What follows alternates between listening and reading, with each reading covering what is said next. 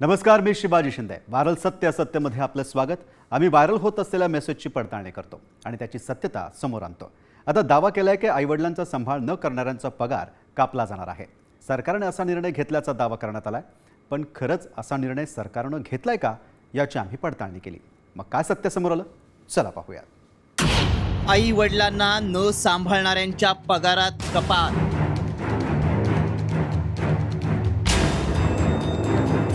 मुलांच्या पगारातून दरमहा 10,000 रुपये कापणार. व्हायरल मेसेज मागचं सत्य काय? आई वडिलांचा सांभाळ जी मुलं करणार नाहीत त्यांच्या पगारातून आता पैसे कट केले जाणार आहेत. होय, असा दावा करणारा मेसेज व्हायरल करण्यात आलाय.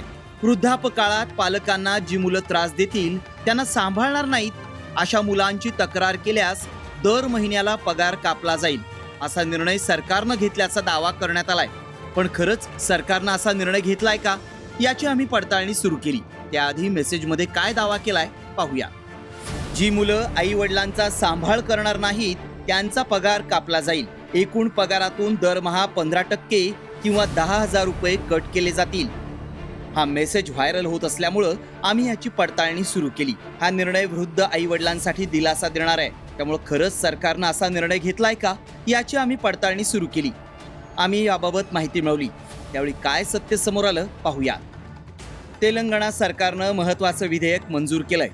तेलंगणा कर्मचारी खबरदाऱ्या पालकत्व देखरेख विधेयक सादर करण्यात आलं. कर्मचाऱ्यांवर पालकत्वाच्या देखभालीसाठी जबाबदारी निश्चित करण्यात आली आहे. याची व्याप्ती फक्त सरकारी कर्मचाऱ्यांपुरताच मर्यादित नाही. खासगी कर्मचारी, आमदार, सरपंच आणि लोकप्रतिनिधींचाही यात समावेश आहे. हे विधेयक पालकांना त्यांच्या मुलांकडून पोटगी मागण्याचा अधिकार देतं. तक्रार निवारणासाठी एक औपचारिक यंत्रणा उपलब्ध करून देते.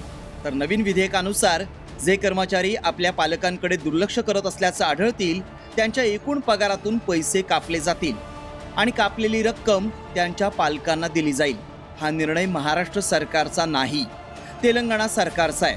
त्यामुळे आमच्या पडताळणीत आई वडिलांना न सांभाळणाऱ्यांच्या पगारात कपात होणार असल्याचा दावा सत्य ठरलाय.